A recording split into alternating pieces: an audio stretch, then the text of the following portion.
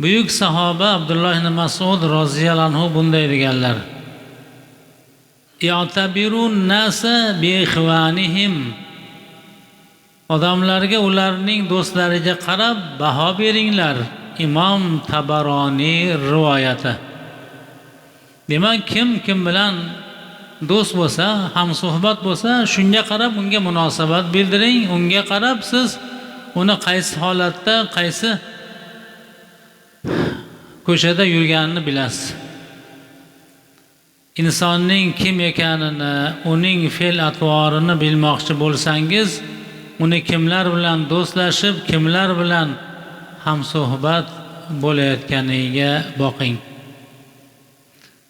Endi solih, taqvodor va xulqi go'zal do'stning qanday manfaatlari borligiga biroz to'xtalsak.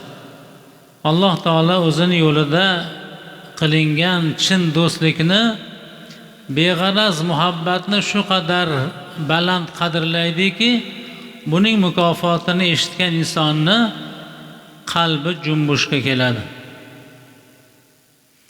Abu Hurayra roziyallohu anhudan rivoyat qilingan hadis muborakda bir go'zal voqea bayon qilinadi. Bir kishi boshqa qishloqdagi birodarini ziyorat qilish uchun yo'lga chiqadi. Alloh taolo uning yo'liga bir farishtani inson qiyofasida yuboradi. Farishta undan qayerga borayotganini so'radi. U shu qishloqdagi bir birodarimni ko'rgani ketayapman dedi. Farishta unda biror manfaating bormi? Ishing tushganmi yoki undan qarzing bormi dedi.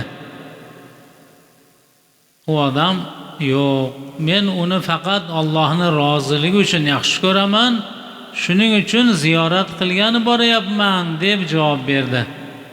Shunda farishta unga bunday xush xabarni aytdi. Fa inni rasulullohi ilayk bi anna Alloh qad ahabbaka kama ahbabtahu fi. Men Allohning senga yuborgan elchisiman. Sen u birodaringni yaxshi ko'rganingdek, Alloh ham seni yaxshi ko'rdi. Imom Muslim rivoyati. Subhanalloh, birgina solih insonni Alloh uchun do'st tutib, uni xolis ziyorat qilgani uchun banda yaratganning muhabbatiga sazovor bo'lmoqda.